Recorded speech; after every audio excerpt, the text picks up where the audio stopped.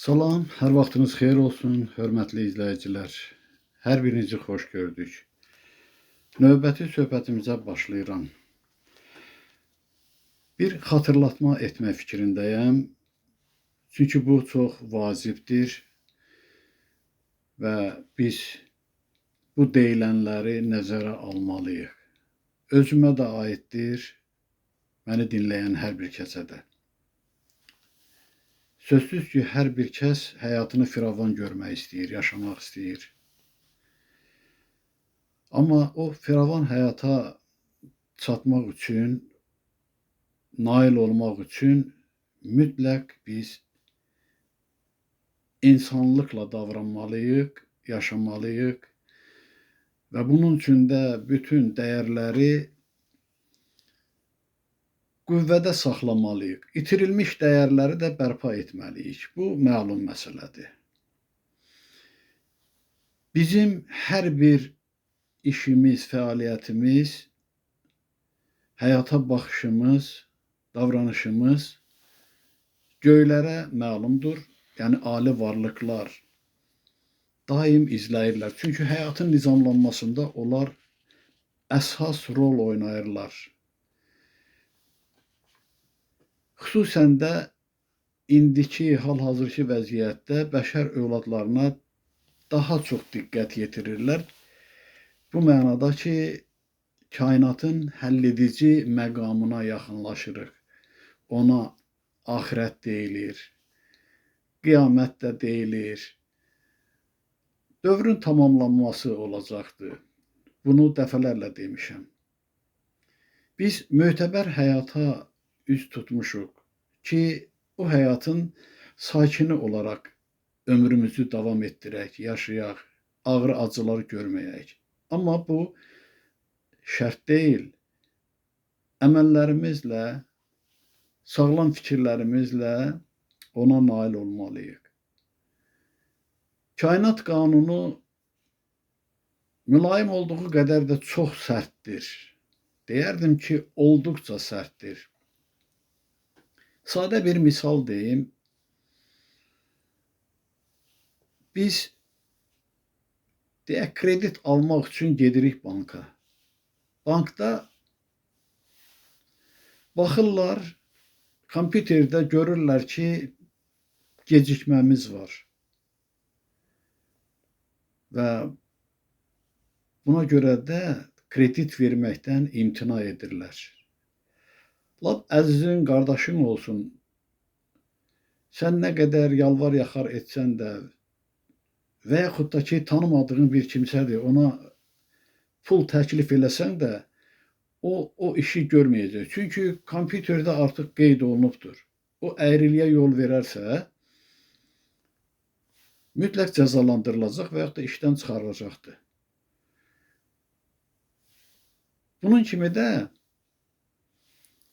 bizim bütün fəaliyyətimiz, yaşayış tərzimiz alilər tərəfindən belə qeydə alınır. Biz o texnologiyadan xəbərsizik. Bax, bunu nəzərimizdən qaçırmayaq, insanlığı bərpa edib, insan kimi də davranaq. Hamı özünü insan kimi başa düşür, qəbul edir. Və heç kəs də deyərdim ki, bunu fərqləndirmir ki, o doğrudanmı əsl insandır, yoxsa bəşər evladı adamdır və yaxud da ki, bir məxluqdur. Heç kəs özünü pis bilmir. Amma ağıllı insanlar, oyanmışlar, anlayırlar, başa düşürlər ki, hansı əməli səhvdir, hansı əməli doğrudur. Doğru olanla da davranırlar. Bax, biz özümüzü haqsevər hesab edirik. Bilmirik ki, bunun çox böyük məsuliyyəti vardır. Və bu baxımdan da özümüzə qarşı barışmaz olmalıyıq. Tam mənası ilə mədəniyyət çərçivəsində münasibət qurmalıyıq və düşünülmüş halla həyatımızı yaşamalıyıq. Heç nəyə görə də arxayın olmayaq. Düşünməyək ki, bizim hər əməlimiz doğrudur, düzgündür və yaxud da ki, özünü əsl mömin hesab edən insanlar var. Elə başa düşürlər ki, o möminliklə Allaha xitabən deyilən sözlərlə, dualarla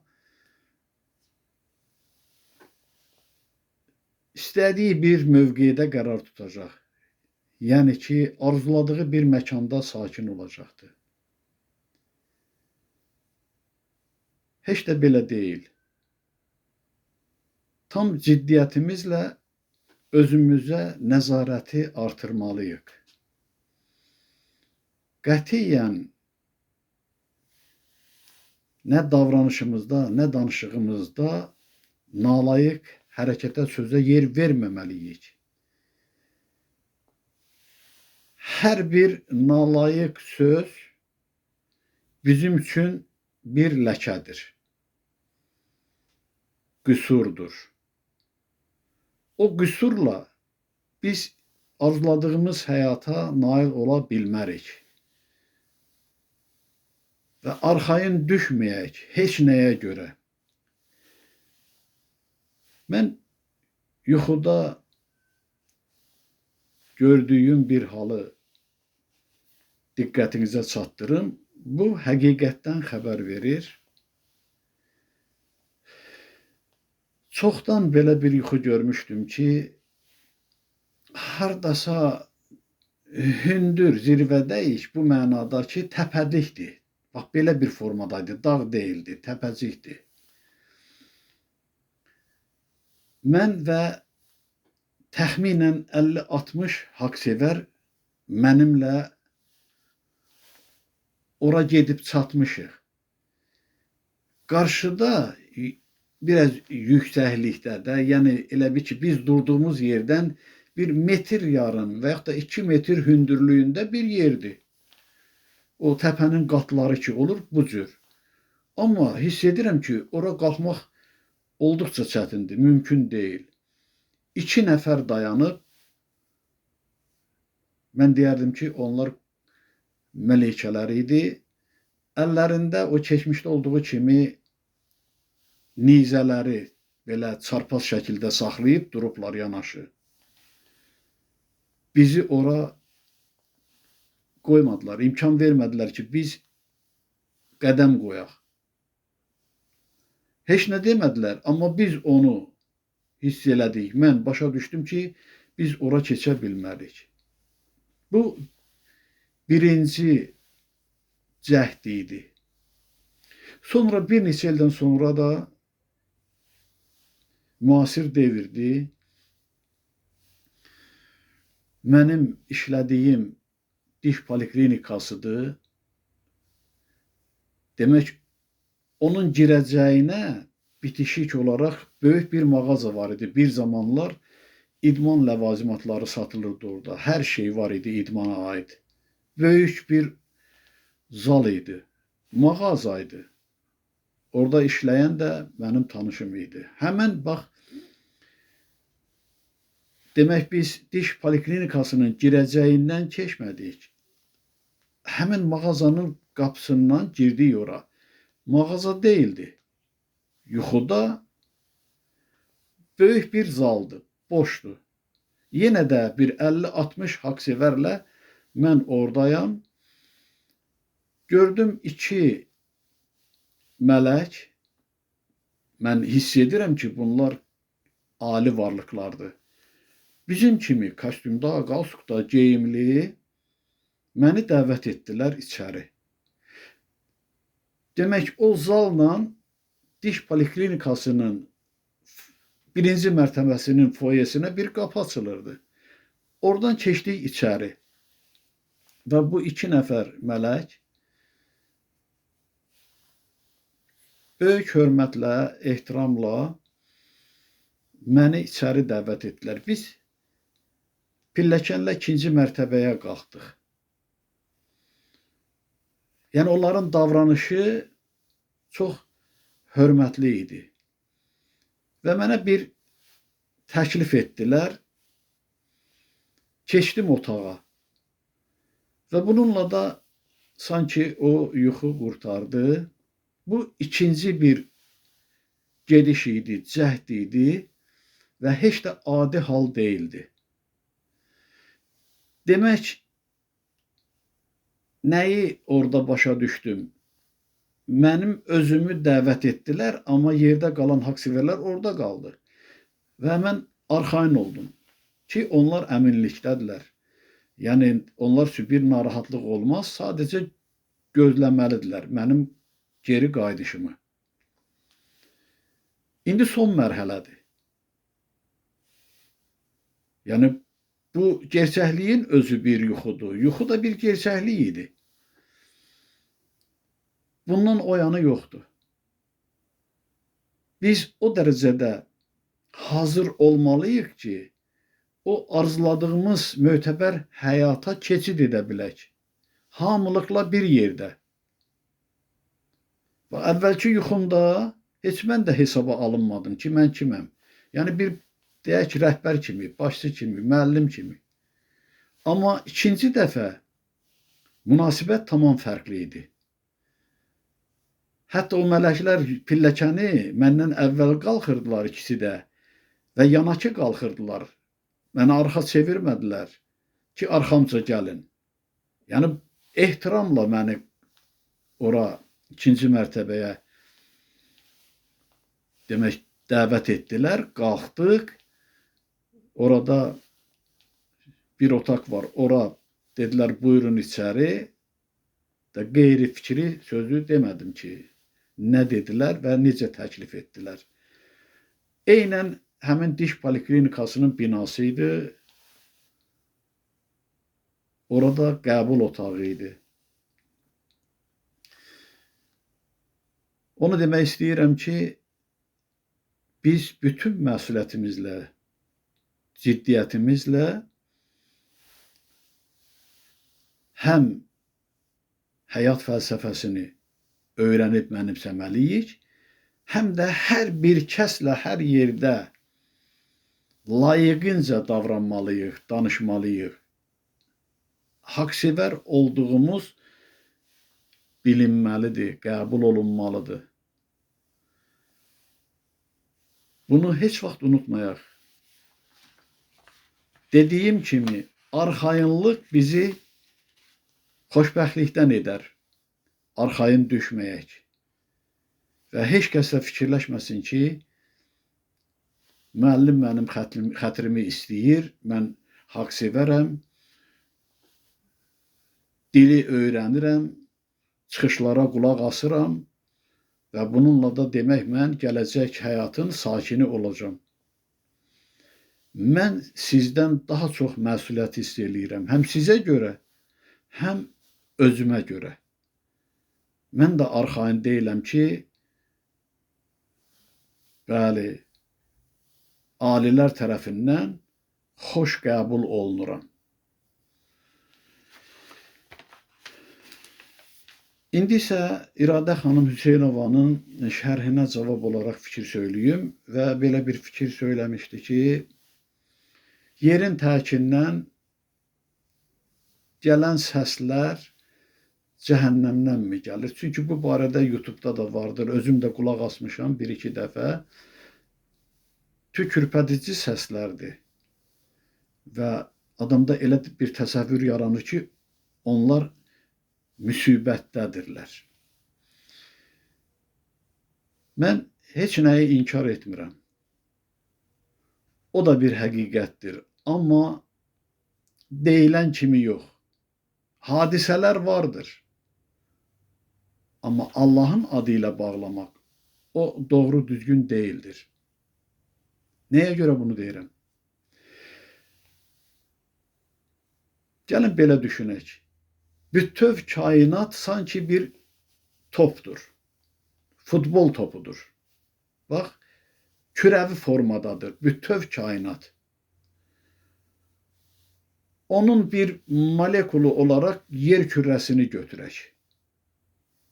Və elmdə də belədir. Hər hansı bir maddə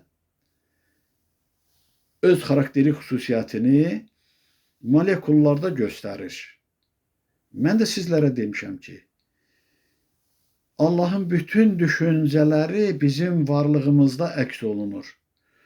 Allah ali məqamdadır. Onun bütün işləri ali səviyyədədir. Biz isə düşüncəmizə görə o ali fikirləri adi halla həyata keçiririk. Oxşar formasıdır.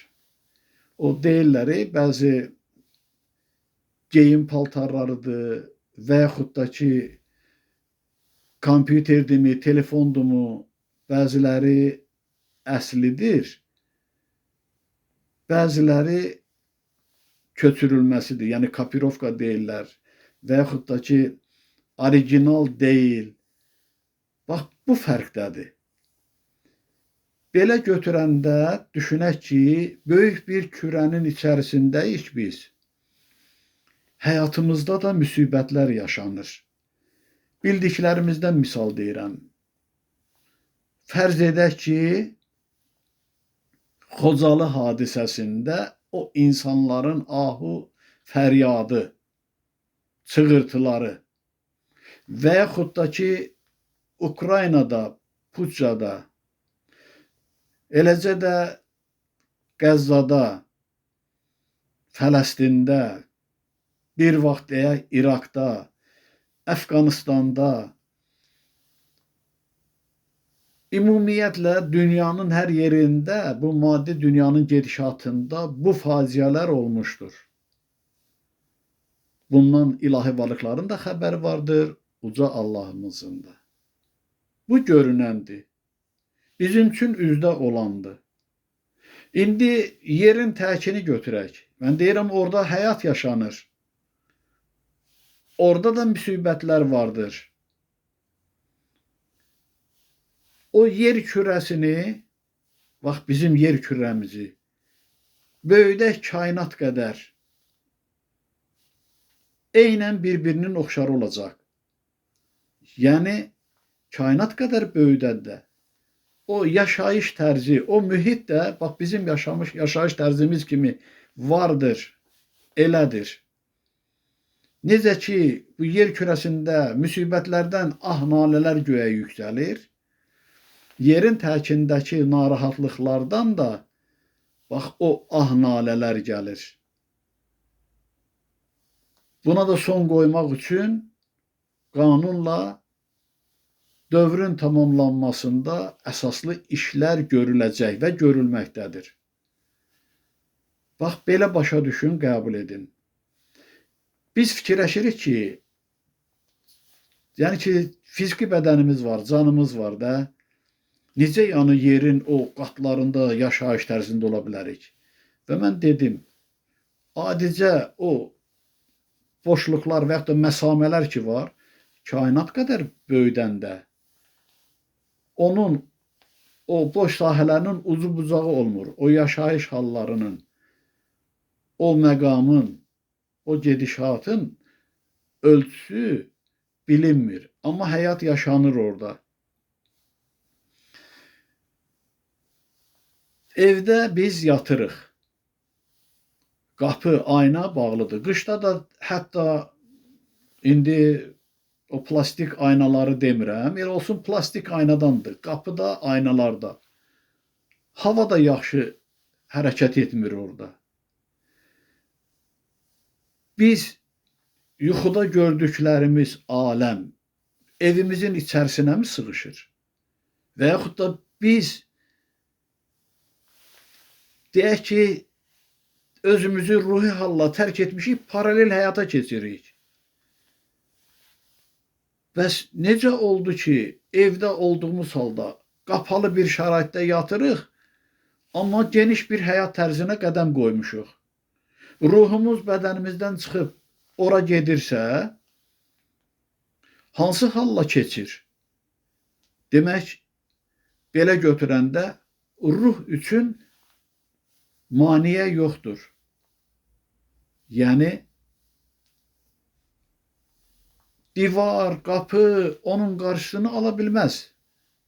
Niyə belə hal olur? Çünki evdə o aləm də bizim xəyalımızda cərəyan eləyir. O hər iki aləmi yaradan, yaşadan bizim öz varlığımızdır. Biz isə ağlımıza görə, ağlımızın dərəcəsinə görə belə qəbul etmişik. Bax, bunu nəyə görə misal çəkdim? Yerin təkindəki yaşayış da bu cürdür. Maniyəsiz keçmədir. Bir dəfə yuxuda, bunlar reallıqlardır, ancaq yuxu kimi məndə təsəvvür yaradır da. Eləcə də sizlərdə. Gəncədəyəm, 2 hərbiçi iləyik, 3 nəfərik. Gördük ki, bir 7-8 kilometr aralıda Quşqara deyilən yerdə, hansı ki bir vaxtı hörmətli Nur Nizaminin də orada evi olub. O kinodakı yandırırları, o əslində Quşqarada baş veribdi. Qəsəbədir də, biraz o tərəfə düzənlikdir. Rus əskərləridir, ofisirlərdir, qoşun var orada, palatkalar qurublar. Biz fikirləşdik ki, onlar nə üçün gəliblər? Gedək bir soruşaq, sorğu-sual edək. O tərəfə uçduq. Yəni, o deyirəmi, fikir sürəti ilə lazımdırsa, biz orada elə bir ki, qərarlaşdıq. Palatkanın böyründə. O 2 ilahi qüvvə səddi keçdi. Yəni, o Brazent onlar üçün bir heç idi. Keçdilər səddi içəri. Mən tərəddüd etdim ki, birdən keçə bilmərəm. Mən də keçdim və o Rus ofisirləri ilə, qaragürufçularla, işğalçılarla söhbətlərimiz oldu. Yerin təkində də yaşayış bizim aləm kimidir. Orada yaşayanlara bu cür təsir bağışlayır. Biz də bir zaman orada yaşamışıq. Etibar bəyin dediyi kimi, zaman gəlib indiki mərhələyə çıxmışıq. Amma bu həyat elə belə də yaşanır. Onu bayaq çəkdiyim misal kimi yerin təki kimi də qəbul edə bilərik. İndiki bu düşüncəmizlə mümkün olmayan bir hal kimi də başa düşərik. Yəni deməkdə məqsədim budur ki, bəli, o hallar var, yaşanır. O halları törədən şər xislətlilərdir. Onlar yerin təkində də vardır, üstündə də vardır və kainatın bir çox güşələrində də vardır. Demək olar ki, hər yerdə vardır, fərqlənirlər. Kimlərdir onlar?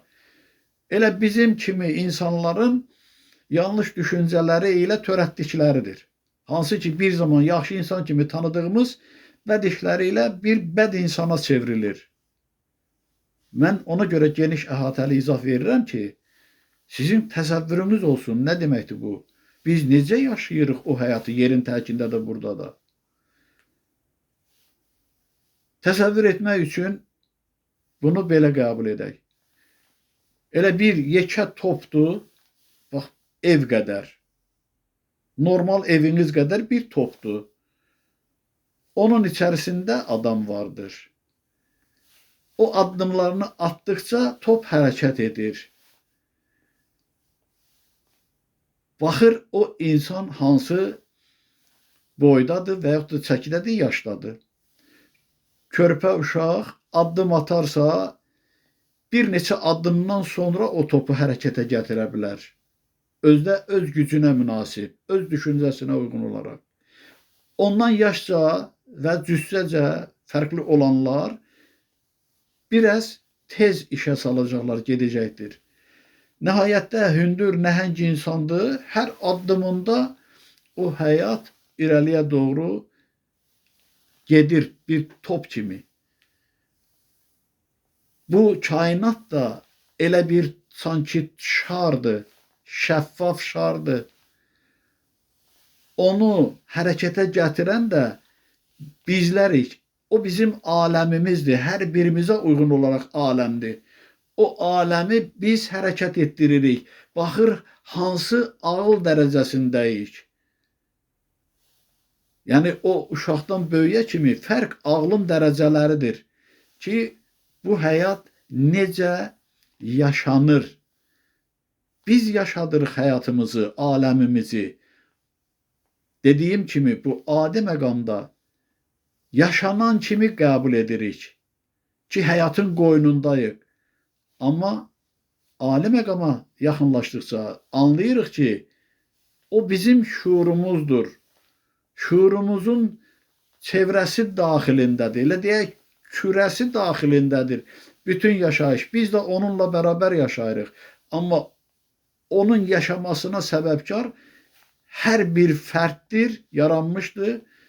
Eyni zamanda da elə bizlərik. O səbəbdən də deyirəm ki, hər kəs öz aləminin həm ağasıdır, həm quludur. Həm Allahıdır, həm bəndəsidir. Hörmətli İradə xanım, dediyinizi mən də təsdiqləyirəm və izahını da verdim ki, anlayış olsun ki, bu nə deməkdir. İndi bayaq etdiyim xatırlatma da buna uyğundur ki, biz istəyirik ki, xoşbəxt yaşayaq. Allah qanunu ilə davranmalıyıq. Heç bir qanuna hörmətsizlik göstərməyə ixtiyarımız yoxdur. Əks halda hər bir yanlış sözümüz, eləcə də deyərdim, əxlaqdan, mədəniyyətdən kənar sözümüz, əməlimiz bizim üçün bir qüsurdur. O bağışlanmayacaq. Ona münasib də həyatımız qurulacaq. Ağrı əziyyətini də özümüz çəkəcəyik. Həm yaxşı tərəfinə yaxşı ilə üzləşəcəyik, pis tərəfinə pislə üzləşəcəyik. Əgər bir qaranlıq yeri qaldısa, xahiş edirəm, qeyd eləyin, mən ona da izah gətirərəm. İndi isə müraciət eləyirəm hörmətli Validə xanıma. Səmimi şərhinizə görə var olun. Bəslədiyiniz rəğbət, hörmət, hamısı qarşılıqlıdır. Duanı yazıbsınız, çox sağ olun. Buna görə də xüsusi təşəkkür edirəm, Validə xanım. İnşallah sabahları sizə kiçik bir sürprizim olacaqdır hamınıza. Allah sizdən razı olsun. Amin. Mənim əziz bacım Mələk xanım, bu həqiqəti də deyirəm sizə. İnsanlar bilmirlər ki, Allahın da göz yaşları vardır. O dediyiniz sel kimi axan göz yaşı bilirsiniz nədir? Həm sevinç, həm kədər yaşlarıdır. Allahımız yaratdıklarını, yəni ki, qəmi, kədəri, niskili, həsrəti, qayğısı, ah naləsidir. Yəni yaratdıklarının ah naləsidir. Eyni zamanda da sevincidir. Bu qədər kainatda olan müsibətlərin ağrı acısından yaranan göz yaşlarıdır o. Allahımız göz yaşı axıdandır, buna inanın. Eyni zamanda da sevincdən də göz yaşı axıdır. Bu da olur, bu hal. O bizdə əks olunur. Əks səda verir. Ağlımıza uyğun, düşüncəmizə uyğun, hisslərimizə uyğun, yaşayış tərzimizə uyğun. Bəli. Mən o cür ağlamağın şahidi olmuşam. Hər dəfə yadıma düşəndə də deyərdim ki, el dilində deyilən kimi ürəyim parçalanır. Nəysə, bilmək istəyirdiniz, bilin. Biz uca yaradanın bütün düşüncələrini, hisslərini, duyğularını əks etdirən güzgülərik. Çünki özünü yaratdıqlarıyıq. Misal gətirdim ki, hər hansı bir tərkibin, bir molekulu o tərkibin, o maddənin xarakteri xüsusiyyətlərini özündə əks etdirir. və onun elə o göz yaşlarının güclü olması da bax bu kimi səbəblərdən olur. Bizim öz həyatımıza uyğun bir təsir vardı ki, ona məruz qalırıq. Göz yaşları axıdırıq. Həm sevinç kimi, həm kədər kimi. Bütöv kainatın görün nə qədər kədərini Allahımız çəkir ki, elə göz yaşları axıdır. Heç bir söz elə belə deyil.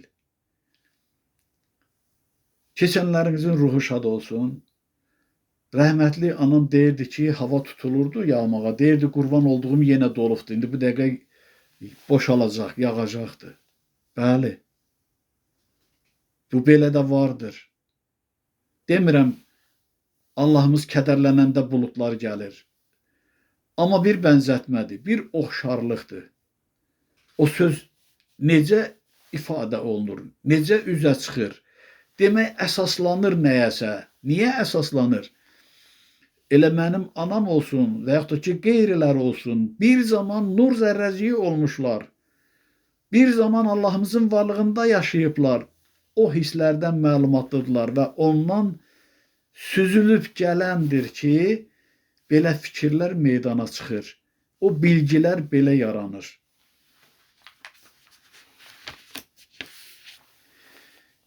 Sonra dili öyrənməkdə, yəni ki, səhvlərdən narahat olmayın. Bax, belə edin, yazın. Bildiklərinizi yazın, səhv, düz yazın. Sonra o səhvləri özünüz tapıb düzəldəcəksiniz. Bir daha yazdığınıza baxın, yoxlayın, görün nədə səhv edirsiniz. Və növbəti dəfə o səhvlər olmayacaq. Yaddaşa həkk olunacaqdır. Alqışlayıram. Sonra bir fikrinizlə də razıyam ki, ona müqabil bunu deyə bilərəm ki, hörmət qazanılır. Demirəm, layiq olmayan insana rəğbət göstərəsiniz. Göstərməyin. Sadəcə laqeydliyinizlə, yəni ki, münasibətinizi bildirin.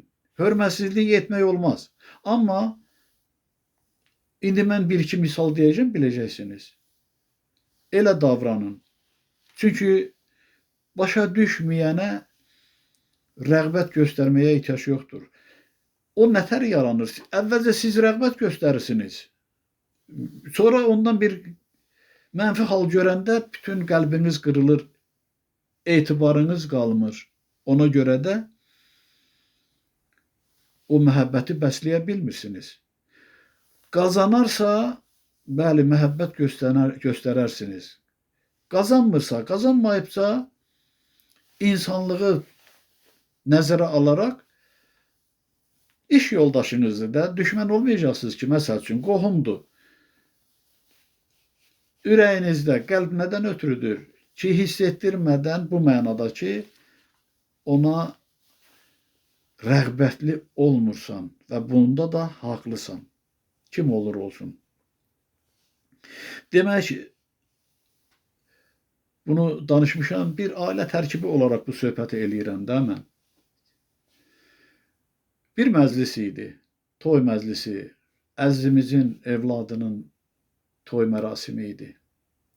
Hamımız qohumlar, bacı, qardaş, əmoğlu, xaloğlu oturmuşuq. Bir stolda bir 10-12 nəfər əyləşmişik. Bir yaxın qohumum, əziz olan insan gəldi. Biz də həmişə onunla çox mehriban görüşürük. İndi süniləşibdir artıq. Təbii olaraq görüşürdük. Gördüm bunlar gəldilər. Özdə mən əyləşdiyim yerin yarım metr məsafəsində oradan keçdi, getdi. O qohumlarla görüşdü. Mən ayağa durdum ki, bununla görüşək. Həmişə görüşdüyümüz kimi. Gördüm, dedi qoy onlarla görüşüm. Yəni səndən sonra görüşərəm. Keçdi. Dövrə vurdu, amma orada dirək olduğuna görə bu tərəfə keçmək çətinləşdi. Çünki arxa-arxaya oturanların arasındaydı o dirək. Keçmək mümkün deyildi. Hərləndi, qayıtdı, gəldi bir də mənim yanımdan keçməyi, mən bir də ayağa durdum ki, İndisə də görüşək də, o səmimiyyətimdən irəli gəlir. Dedi, qoy bunlarla da görüşüm. Mənim yanımda əyləşənlərlə keçdi, görüşdü, sonra gəldi, mənimlə görüşdü. Və ondan sonra mənim ona rəğbətim qalmadı. Qohumluq hissi ilə həm dost olmuşuq, həm qohumuq yaxın. Və elə bil ki, mənə nə qədər ağır olsa da, mən süni rəğbət göstərməliyəm. İnsanlığıma aid olaraq o münasibəti göstərirəm ki, mən öz yerimdəyəm. Amma inam, etibar yoxdur, qəlbimdə bir məhəbbət qığılcımı da belə qalmayıb və belə də qəbul edirəm. Hörmətsizlik də etmərəm. Sonra bu yaxında bildiniz, Bakıya getmişdim 40 mərasiminə. Mənim kiçiyim, əzizimin əzizi, soyuq insandır. Amma yenə də olsun. Gəldi, gördüm uzaqdan gəlir, bizim yanımıza gəlib əyləşəcəkdi. Atası da oradadır. Mən hər saat görmürəm, olur illərlə görmürəm onu. Ayağa durdum bir daha görüşmək üçün də, baxmayaraq ki, məndən evlatlarımdan kiçikdir yaşda. Ki, görüşüm, böyüklüyümü göstərdim. O eləcə qoluma toxundu ki, yəni narahat olmayın, ancaq bu soyuqluqdan, hörmətsizlikdən irəli gələn idi. O mənimlə, o qeyriləri kimi gəlib, ehtiramla görüşməli idi. Yəni, onun böyüyü idim mən. Laqeydcəsinə keçdi, əyləşdi, vəssalam. Bununla da bitdi. Nə məhəbbət, nə hörmət, nə izzət ona göstərmərəm heç zaman. Bu kin deyil, özünə hörmətdir. O hörmətsizliyi ki, mənə etdi, sağ olsun. Nə kin bəsləmirəm, nə rəğbətim qalmadı. Vəssalam. Atasının xatirinə münasibət göstərirəm. O da adi hal kimi. Orada mənim üçün o adam sanki yox idi artıq. İndən sonra da belə olacaqdır. Bu halları görmüşük, müşahidə etmişik və tövsiyə edirəm ki, özünüzə hörmət olaraq nifrət, kin bəsləmək olmaz. Amma rəğbət də göstərməyin. Dediyim kimi, laqeydcəsinə qohumuq, yaxınıq var olsun, sağ olsun. Amma mənim üçün o yaddan da yaddır artıq. Eləcə də sizlərə belə olsun. Elə insanlara Allah eşqi ilə münasibət göstərirsiniz, amma nə rəğbət var, nə məhəbbət var. Bunu misal çəkdim ki, sizin fikrinizlə razıyam. Var olasınız. Hörmətli Alidə xanım, Allah sizdən razı olsun, gözəl insan. Məzmunlu, geniş, əhatəli şərhlər yazıbsınız və çox da razı qaldım. Biz də sevincimizə şərik oluruq ki, yəni haqsevərlər, sizlər fəaliyyətdəsiniz, fəallıq edirsiniz, dili öyrənirsiniz və bugün mən sizə unutdum, gətirmədim, ancaq indi gedib gətirəcəm onu, yazıları qoymuşam evdə. Bura evdən kənar bir otaqdır. Yeni sözlər, cümlələr, amma köhnələri ilə qarışdırmışam ki, sizin üçün rahat olsun. Var olasınız. Bir daha təşəkkür edirəm Alidə xanım. Sonra hörmətli Tamella xanım, çox sağ olun fikirlərinizə görə, şərhinizə görə və onu da deyim ki, hər şey öz vaxtında həllini tapır. Narahat olmayın. Bir də görəcəksiniz ki, hamınız doğmalar kimi bir-birinizlə əlaqə yaradıbsınız və mükalimə edirsiniz, lazımı fikirləri soruşursunuz, öyrənirsiniz, öyrədirsiniz. Xətriniz əzizdir. Sağ olun. Allah sizdən razı olsun.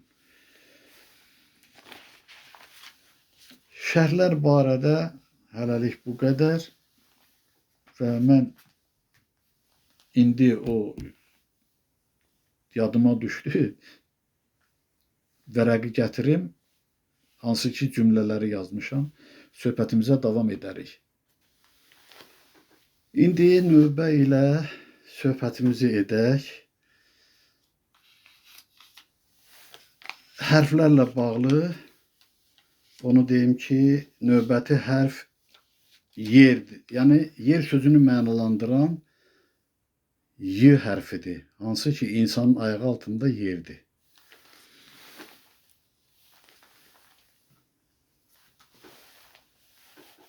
Yer haqqında yazdıqlarımı oxuyum. Başlığı da belədir.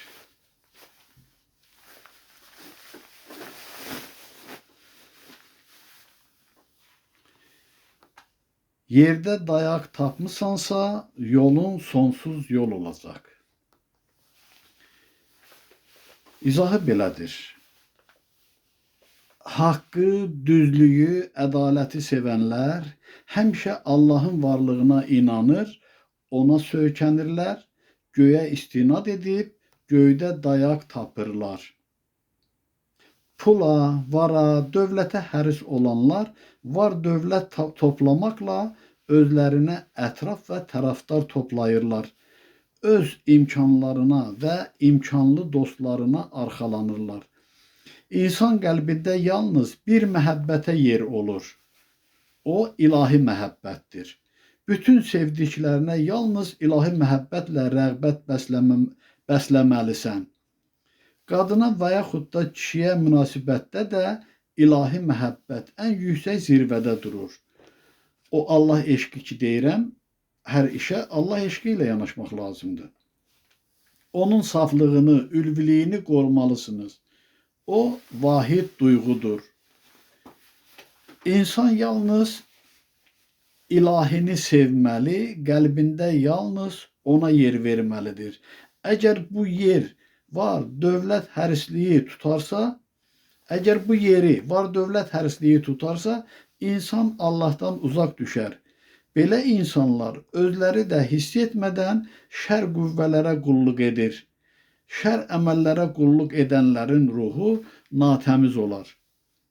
Napak ruhla müqəddəs aləmə qəbul olunmayanlar ölmürlər. Onlar islah olana qədər, yəni paklaşana, həyatın tam mənasını başa düşənə, dərk edənə qədər bu dünyanın görünməyən dünyalarında get-gedə tənəzzülə uğrayaraq əzablar çəkirlər. Sonsuz və çirkablı yolun yolçusu olurlar. İraq olsun sizlərdən. İndi də nəzm tərzində olanı oxuyurum.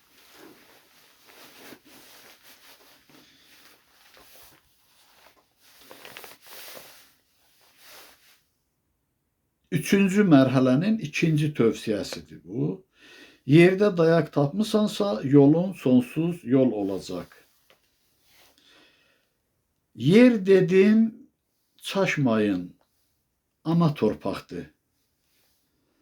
Allahın işinə hər an dayaqdır. Çox incə mətləblər sirlənib onda. Bu sirlər açılır axır zamanda. Hər işdə ortaqdır yerlərlə göylər. Dost kimi, düşmən tək ömür edirlər. Göylərdə yurt salan mələk adlanmış. Yerlərin sakini şər adı almış. Gəl ayırt eləyək bu qüvvələri.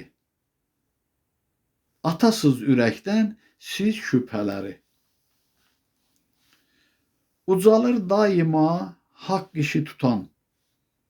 O kəsdən gen qaçar şər ilə böhtan. Kimlər ki yoldaşdır şər ilə hərdən, O kəslər qazanar özünə dərd qəm. Var olan əbədi yaşamaqdadır. Əbədi yaşamaq ilk maraqdadır. Hər canlı, hər cansız bu əzmdədir. Eşidin söyləyim, bu əzm nədir? Məlumdur, maddidə xüsusiyyət var. Ya möhkəm, ya kövrək, ya yumşaqdılar. Yəni, təsirlərə məruz qalırkən, hər cisim qorunur olan təsirdən. Hər bir olanın öz müqaviməti var. O, yaşamaq əzmidir. Möhkəmliyi ilə, suya qarşı həssas olmamağı ilə, kövrəkliyi ilə, ümumiyyətlə də hər şeylə elə bil ki, o təsirlərə müqavimət göstərir. Şuursuz adlanan cansız cisimlər özünü yaşatmaq əzmindədirlər. Tərkibdən tərkibə keçərək onlar əbədi yaşam üçün məhz qorunurlar. Özlərini qoruyurlar. Adicə o plastikdir də bunlar, bu qələmlər. Özünə məxsus xassəsi vardır. Qorunma gücü vardır. Bunu suya at, su buna heç bir təsir etməyəcək. Ancaq deyək ki, o biri qələmlər ki var, taxtadan yonulma, düzəlmə, suda o suyu canına çəkir və müəyyən müddətdən sonra da yavaş-yavaş yəni eroziya uğrayır, yavaş-yavaş gücü zəifləyir, deyim, təsirə düşür, xarab olur. Və eləcə də hər bir şey. Bax budur sonsuz yol, əbədi yaşam.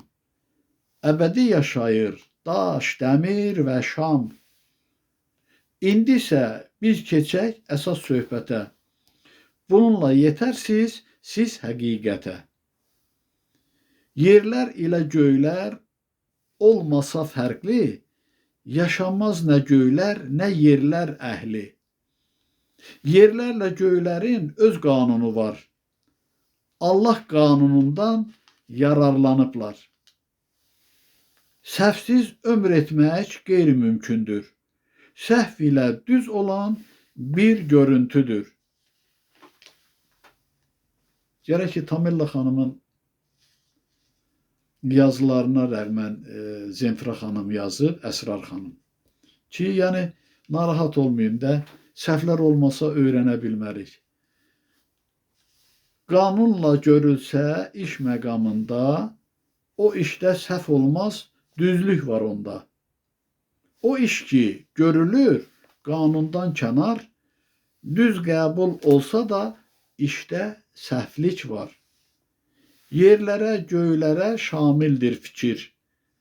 Kainat qanunu özü bir sirdir.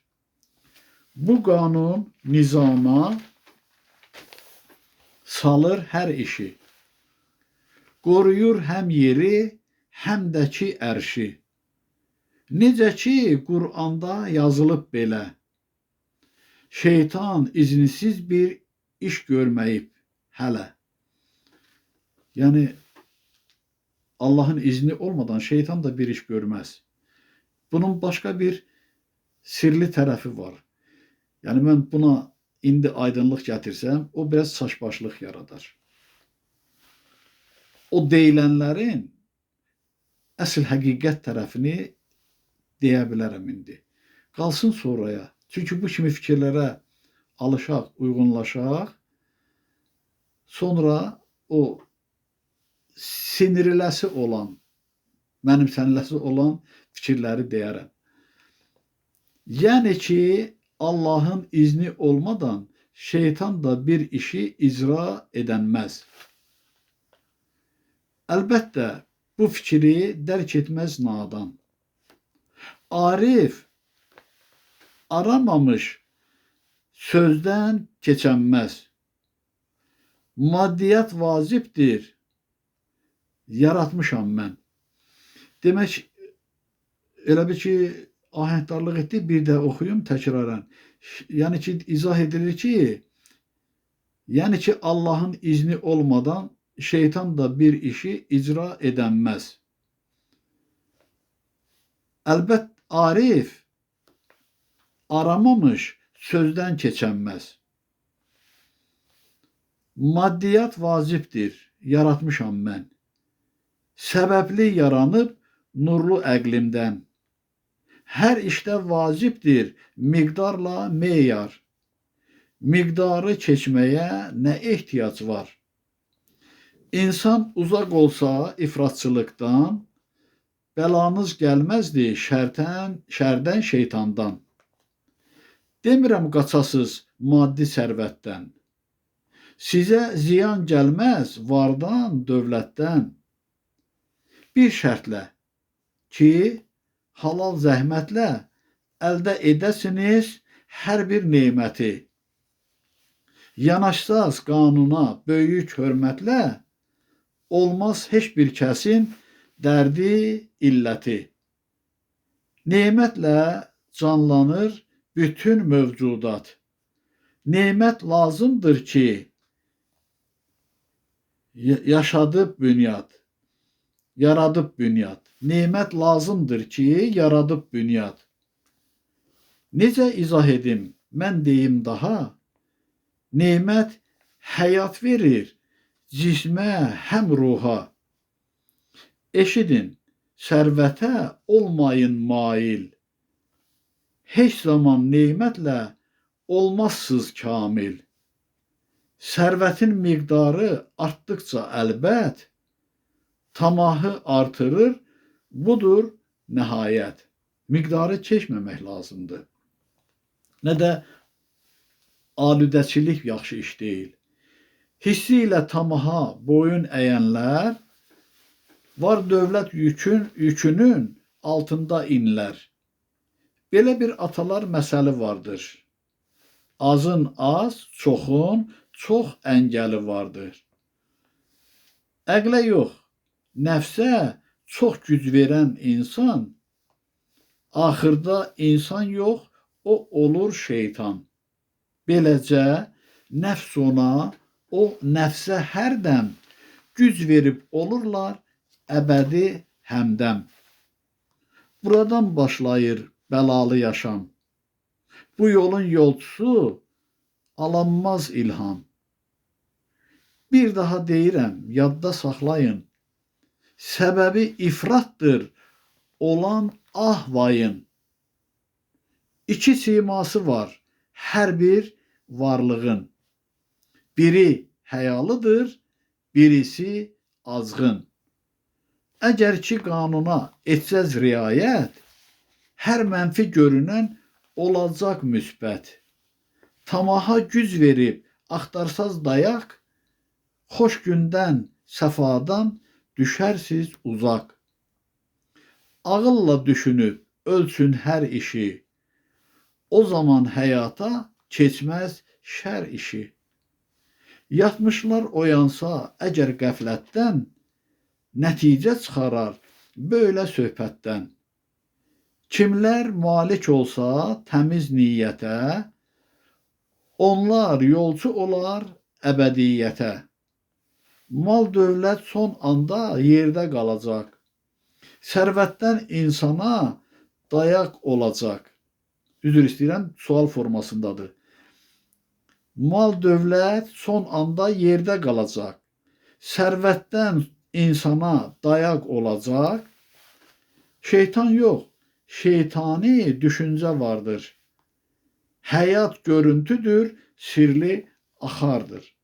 Bu cümləni bir də oxuyun, diqqət edin nə deyilir. Şeytan yox, şeytani düşüncə vardır. Niyə?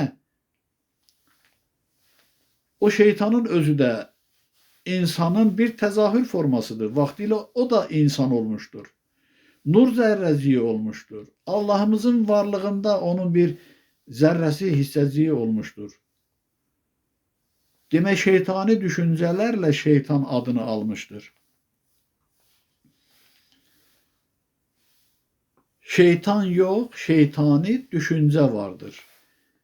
Həyat görüntüdür, sirli axardır. Olsa dayağınız miqdarlı ağıl, o ağıl mənəm, mən ey bəşər, ayıl.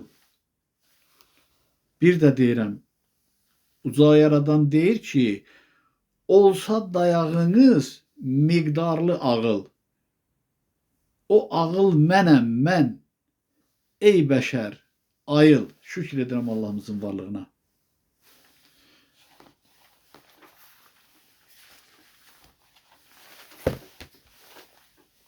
İndi yeni yazdığım fikirləri oxuyun. Başlığı da belə bir beytdir. Hansı ki birinci beytdə, yəni ki növbəti beytlərdə bir-birinin davamı olaraq.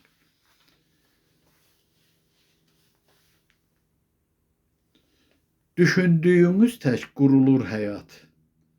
Fikirlə bulanır, durulur həyat.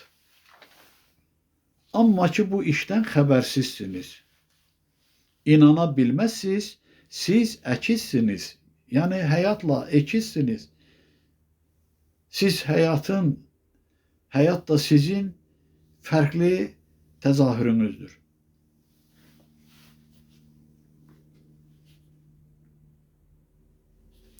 Demək, dərksizin bilməsi çox müşkül işdir. Bilmək üçün cəhd etmək bir yüksəlişdir. Amma ki, bunu da dərk edən gərək. Maraqlı biləcək cəhdlər edərək. Oyanış baş verir, bax, belə-belə. Sirlər aşkarlanır, helmi biliklə. Əksər düşünər ki, bu ola bilməz. Bu böyük aləmlə insan tən gəlməz. Yəni, həyat hara, insan hara, kainat hara, insan hara ki, bunlar necə bir-birini əks etdirə bilər? Düşünər biz hara, kainat hara. Anlamazlar bizlər sahibik vara. Məgər bizdən ayrı bir varlıq varmı? Bizsiz bu gedişat sizcə axarmı? Əgər düşünsəniz ki, bəli, axır, yəni bizsiz axa bilər bu həyatın gedişatı, səhv edərsiniz. Bizsiz həyat dayanar. Bizlərik həyatın fərqli varlığı. Hər dərkə uyğundur geniş darlığı. Çox vacib olandır doğrunu bilmək. Doğru olan səmtə fikri yönəltmək. Mötəbər səmt isə haqq yoludur məhz. O yolla getməyən enər, yüksəlməz.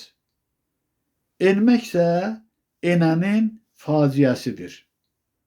Ucalan hər fərd haqq fədaisidir. Əskiklik, ucalıq hansı yaxşıdır?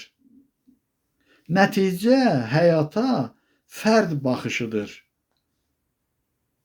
Nəticə fərdin həyata baxışıdır. Düşüncə necəsə, həyat o cürdür. Ya firavan edir, ya da çürüdür. Düşüncə ya firavan edir insan həyatını, ya da çürüdür, yaman günə qoyur. Düşünün, yanlış mı söylədim sizə? Bacarın, çıxarın doğru nəticə. Bir daha şükür edirəm Allahımızın varlığına.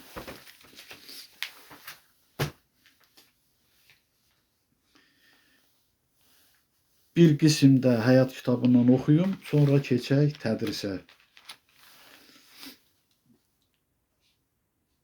Demək, oyanış gərəkdir kifayət qədər ki, Rəbbin zəhməti getməsin hədər. Aləmdə dəyişmə hesaba gəlməz. Marağı olmayan eşitməz, bilməz. Hər məqam dəyişmə yaşanmalıdır. Həyatın yükləri daşınmalıdır. Enerji deyirsiz daşınan yükə. Gərəkdir var olan bu yükü çəkə. Mənbə yaradanın varlığıdır məhz. Ondan ayrılandı yük çəkən bilməz. Yaşamaq eşqidir dediyim o yük. Eşq ilə bərqərar olubdur bu mülk. Eşqin ək üzüsə məsuliyyətdir. Eşq dediyimiz xoş məcburiyyətdir. Bizi yaşamağa vadar eyləyir. Bir borc ödənirkən yenisi gəlir. Yaradan yaşadır bu qüdrəti ilə. Sevgisi, qayğısı, həsrəti ilə. Candan ayrılanın həsrətin çəkir. Özünə dönüncə xiffətin çəkir. Bu aləm zəngindir keşməkeşlərlə. Həm harınlarla, həm cəfakeşlərlə. Oğul istəyir ki, bundan baş aça. Dözüb hər cəfaya, işıq, nur saça. Bu mümkün deyildir haqqı sevmədən. Haqq işin uğrunda oddan keçmədən. Bax, biz də o oddan keçməliyik. Bu qədər hələlik kifayət edər. İndi isə keçək tədrisə. Mən 5 cümlə yazmışam. Bildiyimiz sözlərdir. Əvvəlcə bir lüğət halında qeyd eləyin, sonra cümlələri aşağıdan yazarsınız. Çətinlik çəkən kimi həmən lüğətə baxacaqsınız göz qabağında. Hansı ki, mən bax bu cür qeyd etmişəm də, bax belə indi biraz orada əksinə görsənəcək. Elə bil ki, üstdə lüğət halında yazmışam, altda da cümlələrdir. Da cümlədən axtardığınıza məsləhətdirsə, bax belə edin, həm də ki, bu bazanızdır da.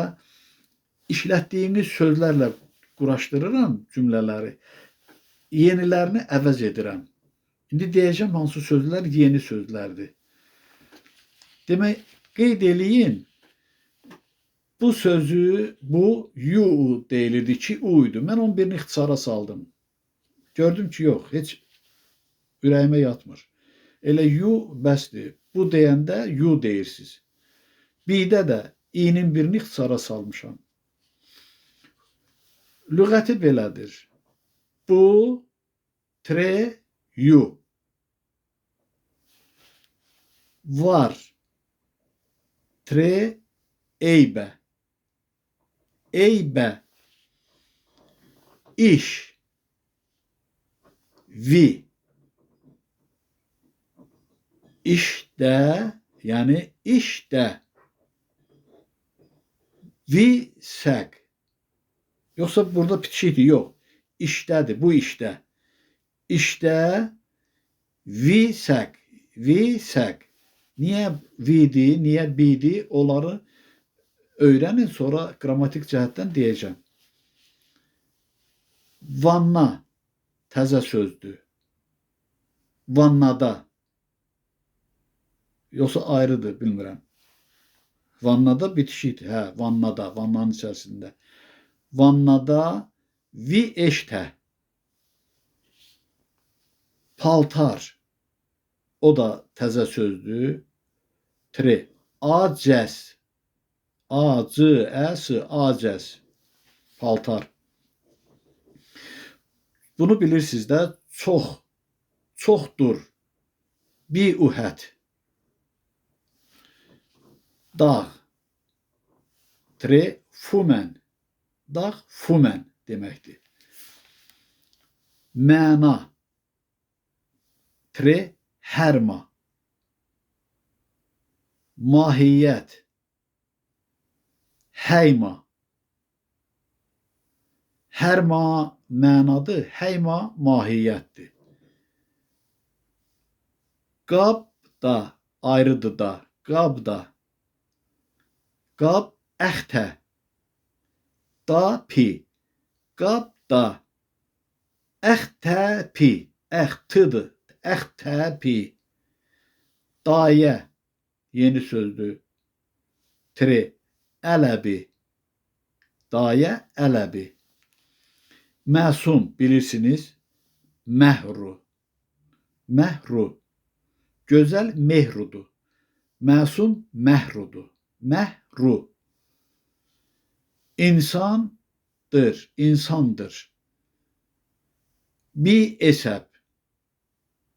Esəb insan deməkdir, bilirsiniz. Bi esəb, yəni insandır. Uzaq. Əlvəbi. Uzaqdır. Qarşına bi yazın. Bi əlvəbi. Bu sözlərdən 5 cümlə qurmuşam. İndi cümləni oxuyuram. Qeyd eləyin. Bir-bir deyəcəm. Birinci cümlə belədir. Bu işdə məna mahiyyət var. Bu işdə məna mahiyyət var. Tərcüməsi. Yuvisək, visək, yuvisək, yəni bu işdə hərma, həyma, hərma, həyma, məna, mahiyyət, eybə var. Bu işdə məna, mahiyyət var. Tərcümədə yuvisək, hərma, həyma, eybə. İkinci cümlə. Vannada paltar var, çoxdur. Vannada paltar var, çoxdur.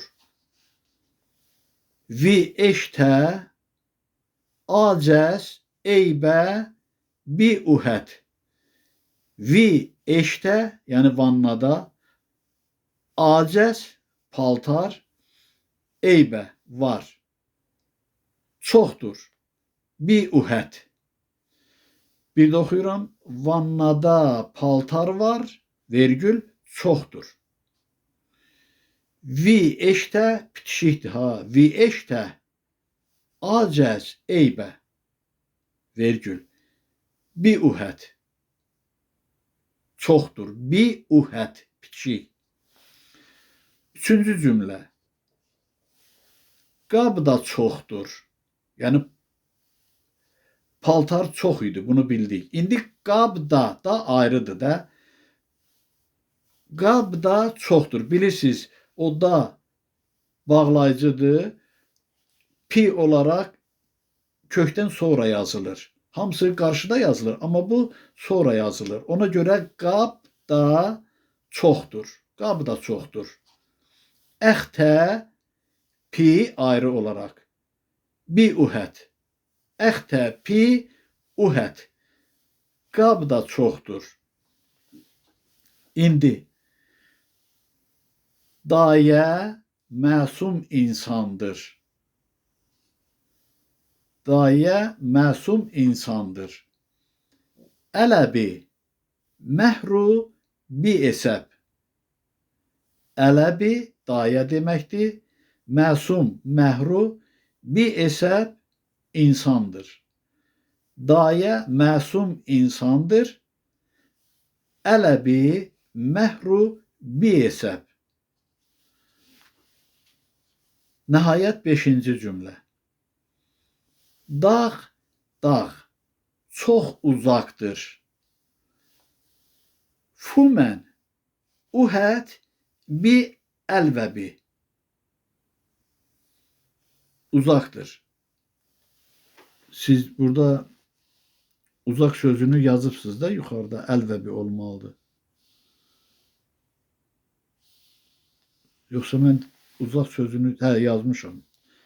Uzaqdır, əlvəbi. Yəni bi əlvəbi. Bitişik yazılmalıdır. Bi əlvəbi. Dağ çox uzaqdır. Tərcümədə fumən, uhət, bi əlvəbi. Bunu öyrənin.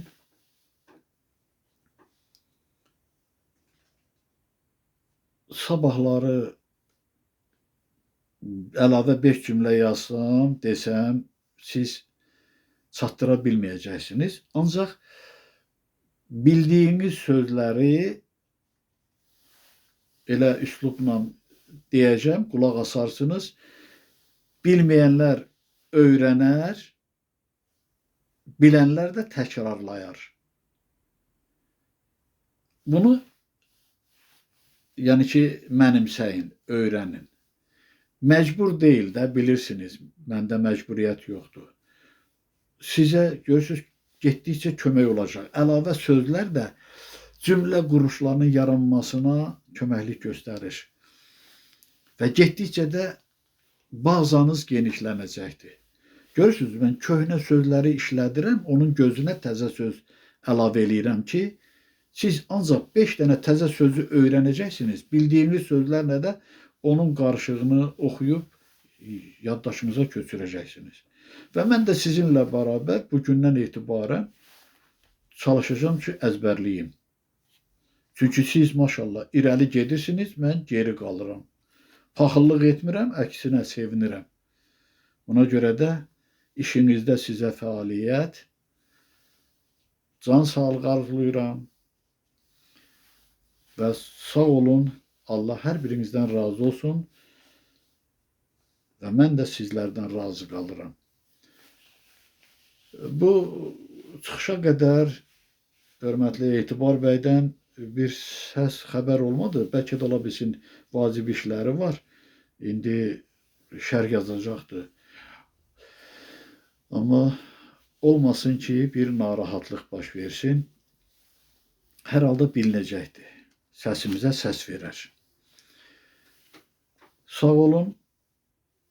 Bir daha sizi alqışlayıram, təşəkkür edirəm. Sizinlə bahəm görünməz hörmətli ilahi varlıqlara Allah eşqi ilə öz təşəkkürümü ishar edirəm. Ana yurdumuza, ana torpağımıza, ana vətənimizə təşəkkürlüyəm. Şükür edirəm Allahımızın varlığına, minnətdaram Allahımıza əbədi olaraq və əbədiyyən də o uca varlığın, o ülviyyətin sevə-sevə səcdəsində və xidmətindəyəm. Dedim, sabahları sizə bir kiçik sürprizim olacaqdır. Bizə sağlıq olsun. Hələlik bu qədər. Sağ olun, salamat qalın. Növbəti görüşümüzə, söhbətimizə dək.